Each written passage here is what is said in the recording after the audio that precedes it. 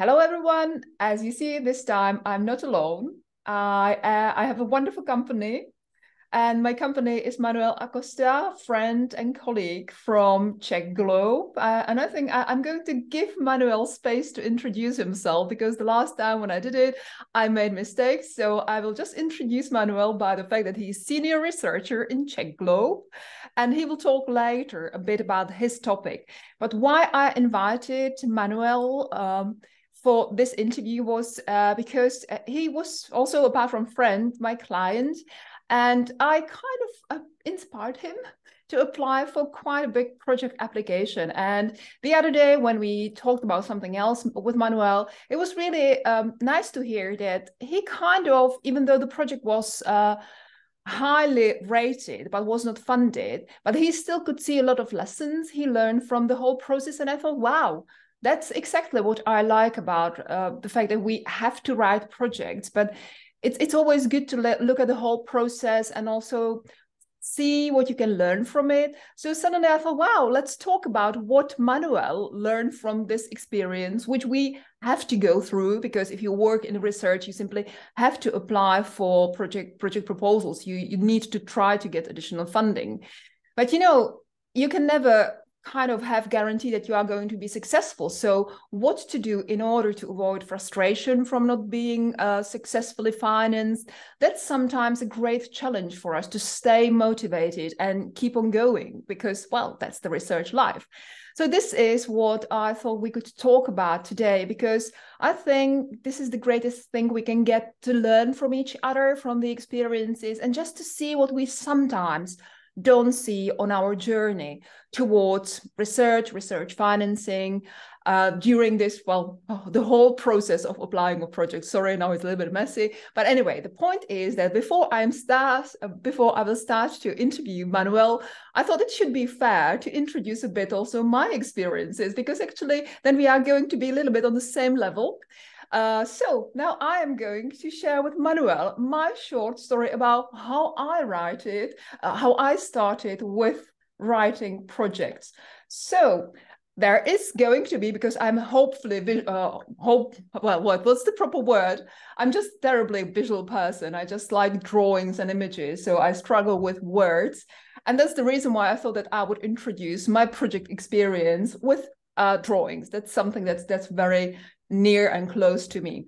So today with Manuel, and before I will interrogate Manuel, I will tell him about my own years of learning how to deal with project application. So if you look at the picture, I am the gray creature in the corner. When I started to work in this field, it was just full of words I didn't understand. And, everyone around me looked so sophisticated. It seemed like they know everything and I knew nothing.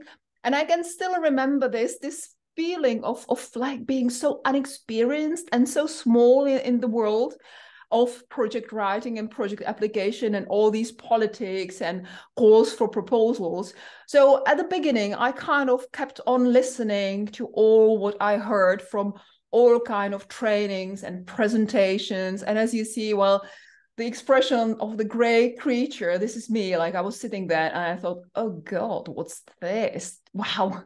But, I kind of never give up and try to see positivity and opportunities in everything. So I kept going, and I attended again more and more trainings. And I started to feel like, wow, I just had to kick myself out of this environment and start to write my own projects, to see really what it is, what it means, and if there is something in this world for me personally, not only to earn money as a job, but if I can find some inspiration in it. So here you can see my kind of desperate phase when I was thinking what to do. And the best way how to start was just to start writing, because then suddenly it stops being just listening to someone, good advice. I never cared for good advice, because you just need to adjust everything to your particular situation. So I applied for my first project. Really good experience. So I kind of started to be more and more motivated to apply for more. Although I got some warning signs that this is not a good strategy, but this is really something difficult, what you will always struggle with in research, because as I have mentioned at the beginning, you never know what is going to be financed or not. So sometimes you try as many options as possible. And at the moment, I was really kind of lucky because I got in total 6 projects in once, which it seemed to be such a great success because in total, I think over the course of 3 years, we had 3 million euros to run activities across the whole Republic. But well, it turned out to be a big challenge, and it definitely didn't fulfill my personal needs about how I want to work or perform what is actually my mission, my life mission. I got some warnings. By the end of my first big project, I got a car accident because I really, was constantly tired, but I didn't notice. And as you saw, I kept on applying. So I still had to get bigger lesson. So this life with project is constantly about learning, but never forgetting who you are, because this is important. You shouldn't do too much compromise. And the most important thing by which I would like to kind of finish this brief introduction of my years of apprentice, God, that's a word, my starting years. I could never do anything of this without great colleagues and friends, without networking, without trying to find other people to collaborate with. And as I have already mentioned, never ever you can achieve anything in terms of projects without good colleagues, project team, friends, family, project support, or whatever. So, Manuel, this is me and my experience when I started with projects. And now we come to your situation. So, before I met you, I see that you are speechless. All right. Okay, speechless. Anyway, so before you applied for that international project, did you have some experiences with writing project proposals? Okay. Radka, at first I wanted to say thank you very much for inviting me to this platform. I'm happy for that. And also I wanted to say thank you to introduce me. This is only Manuel Acosta working with you, collaborating sometime. And really I have to say that I like your presentation and all this stuff you were showing, I have exactly the same feeling. Really, it's nice that not only me, but I'm sure a lot of people have exactly the same experience. Yeah. Now, coming about the word you say, learning. Really, we are always learning. And this is never finished. It started from the beginning, from the childhood until the end of our life. Always is a process, is learning, and will never finish. A different aspect, but always learning. And now coming concretely to the project writing. I have to tell you, yes, before I started to collaborate with you writing project, I have some experience with very simple projects, application, mainly at national level. But when you came with the idea that we should try international one, I was really standing. I say, no, it's no way, not possible. I cannot do that. I have no this experience, even though I did have experience working outside of the Czech Republic with another colleagues. But to write really a proposal to EU, I say no, it's not possible. At the beginning, I say no, I'm not going to join you. Go away with me, but go away without me. But I will not going to really write nothing. But after some pushing from different sides, I say, okay, I will try. And I have to say that, in fact, as I say, this learning process is giving you experience. Some experience are positive, some negative, but always giving you some feedback. And it's the point how you get this feedback.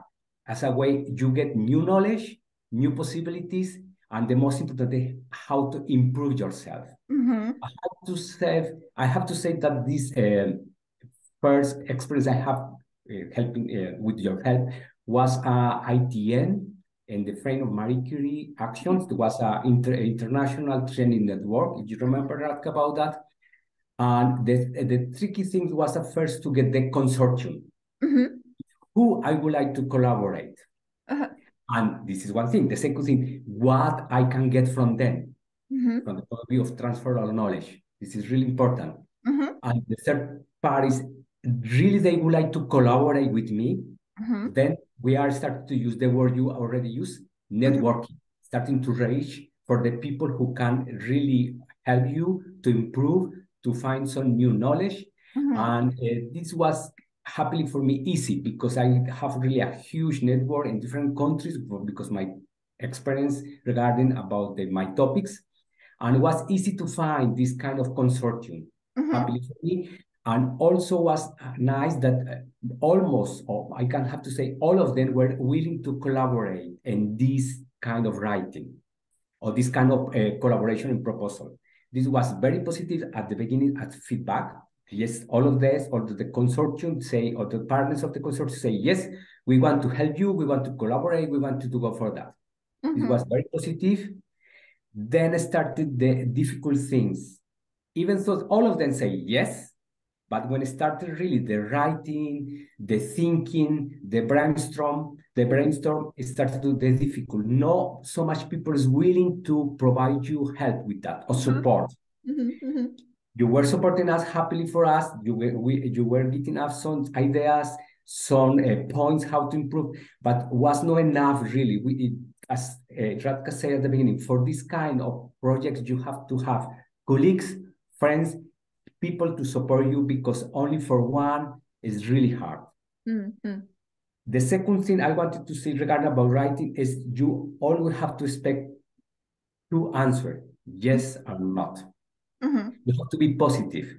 But unfortunately, as you know, these kind of proposals are very competitive. That means that always have to have the possibility to have a second door, to use the knowledge you get in another part, on another area. And this is something I have to say that after I have this possibility, we wrote the proposal. Radka was helping us with some material to that. We sent the proposal passed the first stage without problem. Then go the evaluation. The evaluation was not so bad. We were some kind of good evaluation, but unfortunately was not funded at all. That was no positive answer for us, but there were a lot of very good experience regarding how to write, how to think, how to bring the consortium, how to interpret the things. Really was very positive things that was helping me to start to think a second possibility. And then we started to create a second proposal in the frame of their EU call. With the knowledge we did have, we have the consortiums also we have. And again, the proposal was not accepted.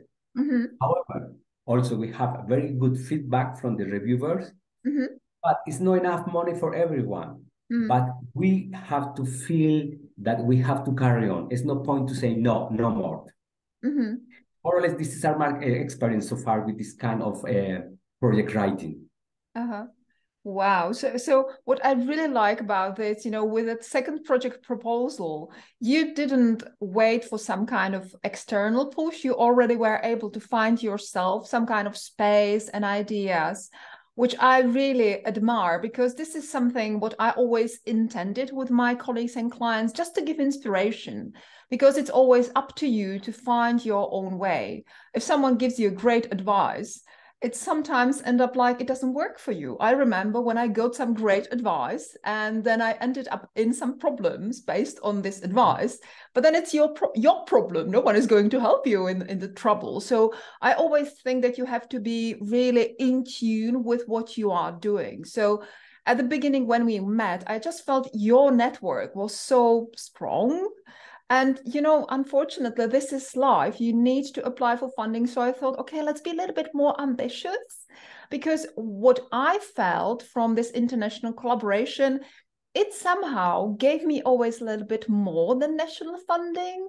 So this is actually the question I had for you. So now you told me you applied twice and you were not successful with getting money. But if I gave you an opportunity to apply for international or national project, what would be your choice?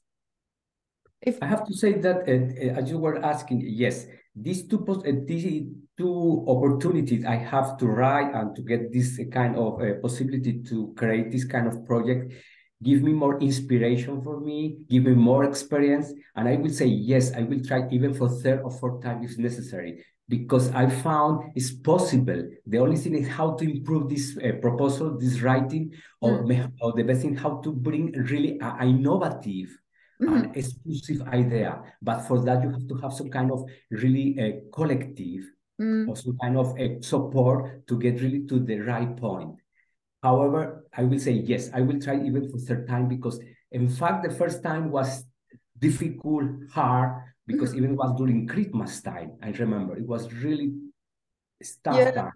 yeah, yeah. But happily, and then all the consortium was happy to see that we have created some nice work, and we are proud of that. Even though we are not funded, we are happy that we create something nice, that we like it, and perhaps somehow we will use in the future with other possibilities. Yeah, that's wonderful, isn't it? Because even though you didn't get the money, you strengthened your collaboration. You already know exactly what to expect from other people. So you mentioned that at the beginning, you ask them, do you want to collaborate? And many people say yes, because of course you open some kind of gates.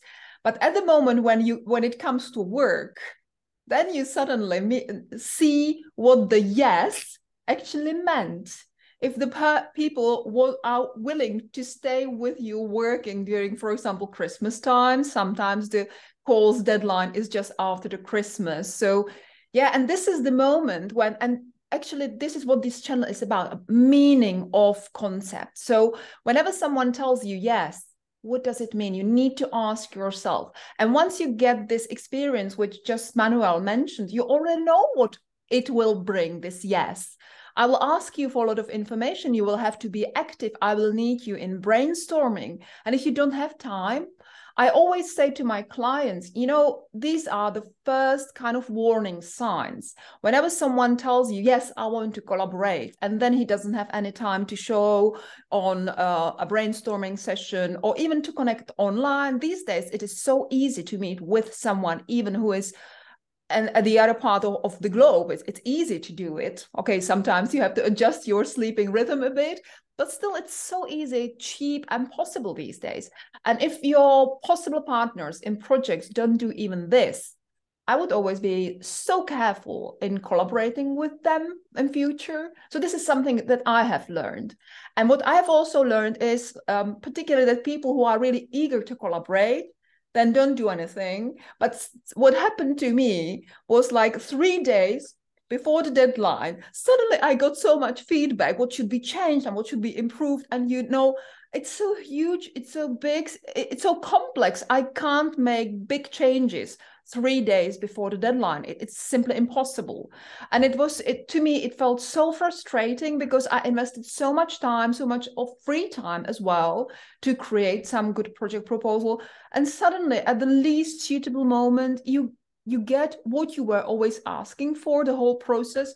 So this is actually something I haven't mastered myself, how to identify sometimes this real meaning of this yes to collaboration, because it's challenge. It's in a way, it is inspiring fun to try to apply for something bigger because you grow on it. And this is the reason why I wanted to invite Manuel. Yep. Yes, Radka, I have to say that also we have to think in two things. There are two different kind of partners, active partner, a passive partner. Both of them say yes. The active one is always doing this proposal writing, is helping you, giving you some ideas, bringing some text, giving some idea. The passive one is saying yes, yes, yes, but now you are not sure if this yes is right or not.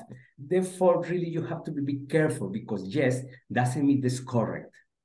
And from my own experience, I cannot say not. Some of the partners were very active, they were willing to help, but this one who were passive, they say yes, yes, yes, but I think they were not really thinking about the yes was saying. Therefore, you have to be careful with this kind of partner, even though you need them because they can provide you some information, some feedback, but you have to be careful with that. But always think that it's easy to get disappointed in any moment. For this, you have to be strong, really, and to go after your, how to say, what you wanted to get. Yeah. Really, you have to be strong and say, yes, I know it's not as I wanted to do it, but I have to get to it. Wow. And in a way, when you talk about it like this, and thank you for interrupting me, you know, if you are in one room, it's so easy to read nonverbal language, but, you know, there's a camera, you know, I have Manuel, so it's always a bit challenge. But at this moment, you just mentioned the most important thing again for this area, and that's interpretation of words. So you said, even though they say yes, I already learned that I need to read this yes, what kind of meaning this yes has.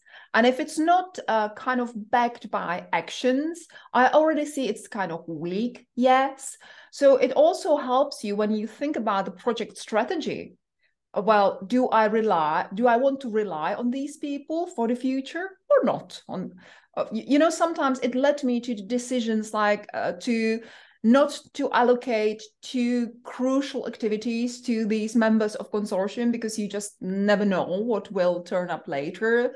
Well, so this is again, well, related to kind of elimination of risks in your project. So you see, just the fact that you learn to understand the communication, it gives you kind of warning signs in relation to project risks for the future. You are right. It's like that. Yes, you have to be careful with the interpretation. Everyone would like to collaborate. The majority of the people wanted to do network. But this kind of interpretation, how they would like to help, you have to be careful. Therefore, be careful with the choosing people of your consortium, really. I learned that, yes, even though I have a nice consortium, not everyone could do the work I wanted to do. Therefore, in the second proposal we prepare, we really invite the ones we have already good experience writing and supporting really the project as it is. Wow. I really like it because, the point was, I was thinking about it this morning when I was thinking about the change of the background. I thought, well, all the people who are a little bit like you, who see also this additional bonus to writing project, not only the money, they also see, okay, we have to do it because of money, but we can learn something from it, and we can get, as you mentioned now, you improved your communication skills, you really worked on your network, because now you know who are the people to whom you can rely with additional work. But the point which I wanted to highlight is that with all people like you, I could see similar pattern.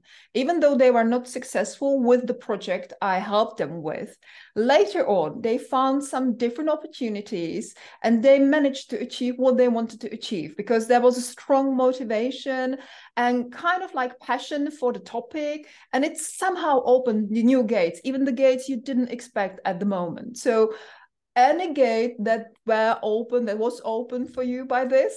Yeah, completely agree what you say. I have to say, after writing these two proposals, the nice thing is that people knew that we have some ability to do something, and we were invited to participate in another projects where we are not going to be the coordinate, but they say you are a good partner. And this is nice. The people started to think, okay, not to think, they already know that you are active, that you know what you want to your topic, and you know how to do it. And this is a great one.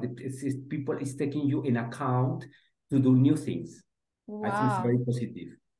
So again, talking about meaning of words, you, by writing actively your own project applications, kind of gave meaning to the word of project partner, because they could see who you are, how you work, that you are reliable, trustworthy, creative.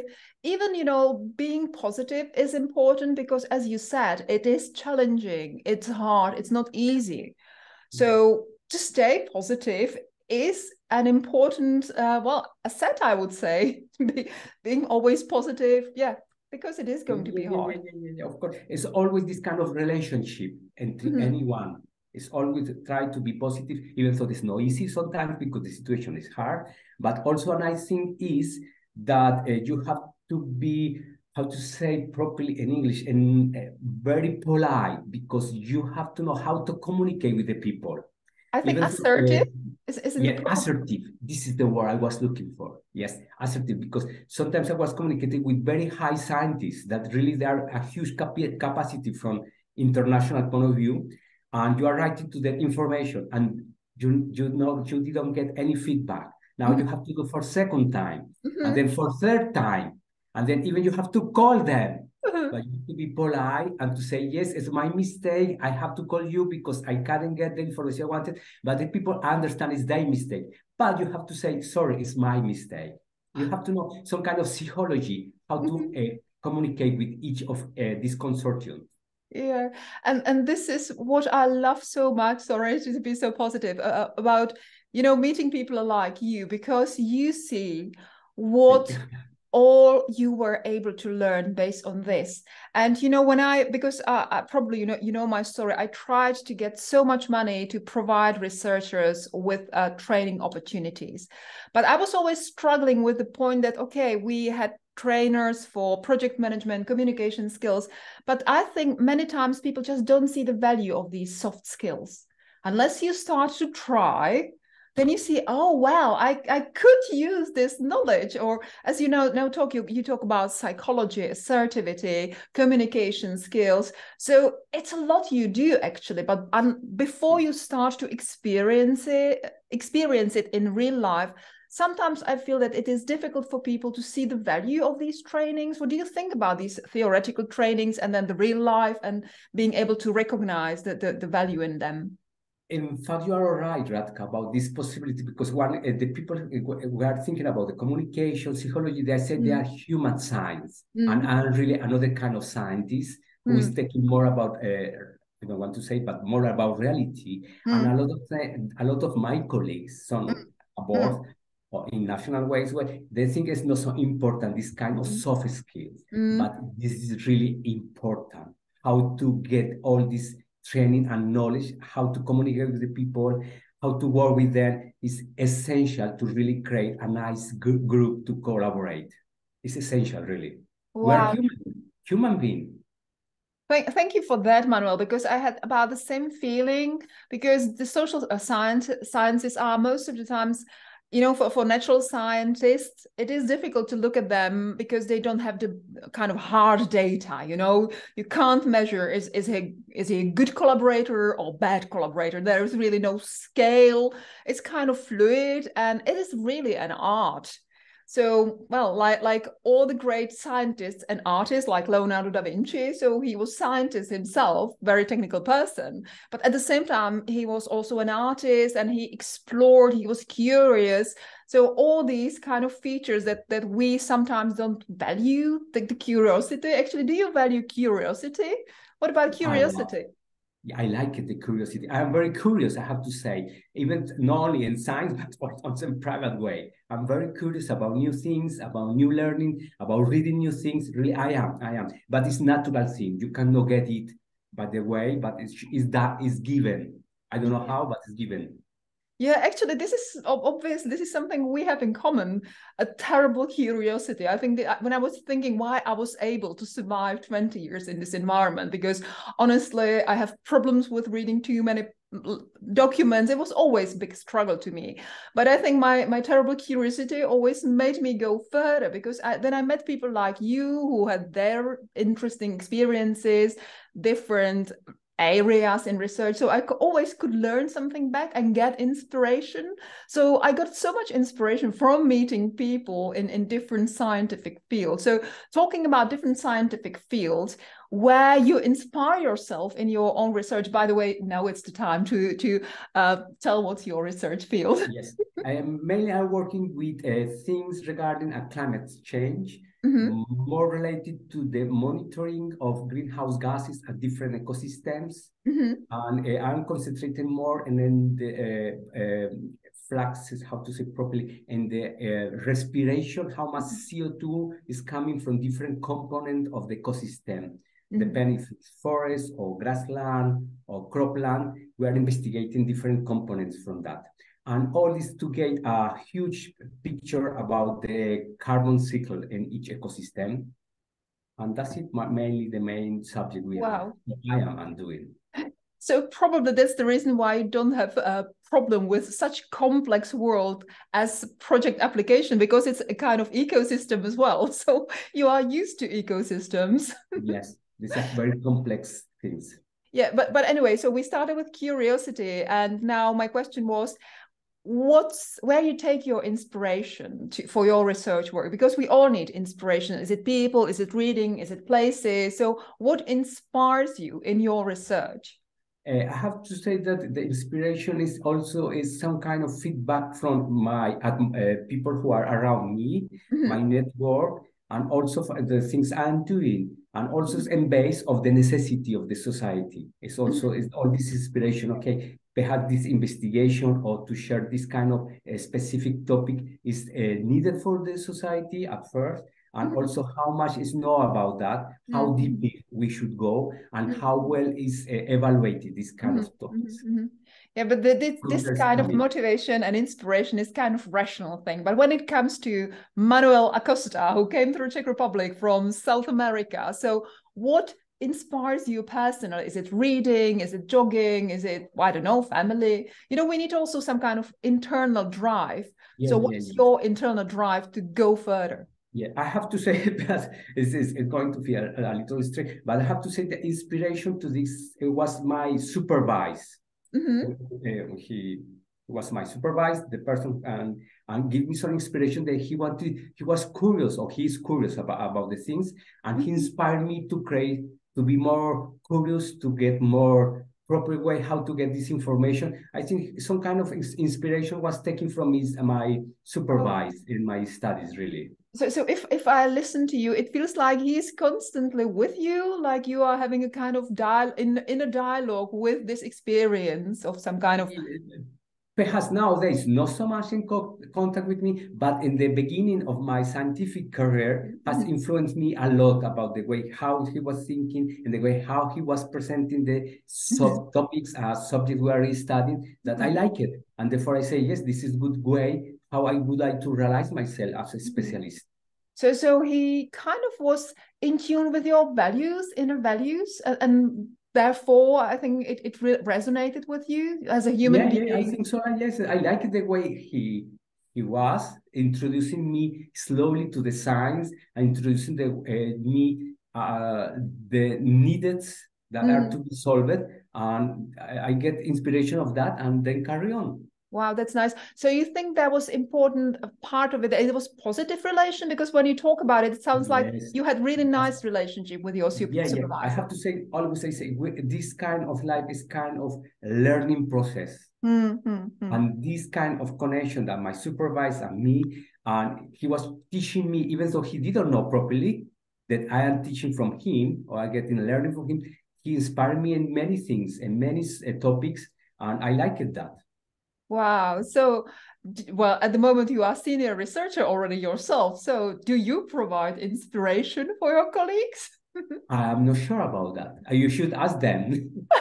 Okay, so the next time I'm going to invite some of your colleagues. I'm not sure about that because I have to say that really I don't feel myself as a very successful research. I like the science I'm doing, but I'm not sure how much people I could inspire to do exactly the same science. Well, definitely, Manuel, you inspired me. I always, I always appreciated your company. And I think as with those projects, you just never know what kind of output you will get. It won't be always money. I think actually this is one thing. If you write projects only for the money, my personal experience was that the success rate with such project for me was really low. While if I wrote my project, money was just some kind of side effect, kind of like energy I needed to fulfill some bigger objective. So once I kind of believed in the thing I wanted to get money for, I would say like 80% out of 100 I got finance. Sometimes it was so surprising, and that was kind of, you can't measure it again. It's just a feeling.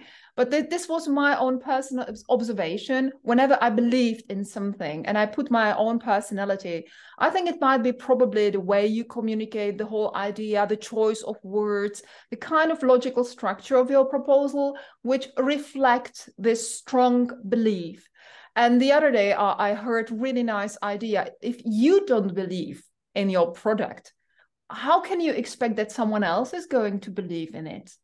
Completely agree about that. Sorry to interrupt you. And I wanted only to comment on that. Really, you have to like what you do. Because if you don't like, this will not result at all. You will not have even energy to do that. Really, you have to be in love with the things you are doing, really. Mm-hmm. Well, and I think these words bring us to the conclusion of our interview. So this is what I would like to do with this channel. Just meet amazing people whom I met before or whom I will meet later, and just talk about their experiences with this world. We have to apply for funding if we work in research. It is not anymore publish or perish. These days it is apply for funding or perish. So if we have to do it, let's learn from it. And by the way, I'm going to do some training on skills that are expected from researchers. These skills we were talking about with Manuel, this is something you can pack with yourself. Even if you leave research, they will stay with you. Whatever you learn about collaborating with people, communication skills, these are called transferable skills, because it doesn't matter if you are in the research area or if you go later to teach, or if you go, I don't know, to companies. You can pack them with you to your backpack and just use them somewhere else, which is amazing. So anyway, Manuel, thank you very much.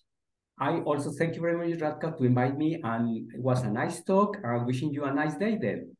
Thank you very much. Thank you very much. It was really lovely to have you here. And thank you for sharing your experiences with those people who are going to watch it. So again, Manuel, thank you and goodbye. Goodbye.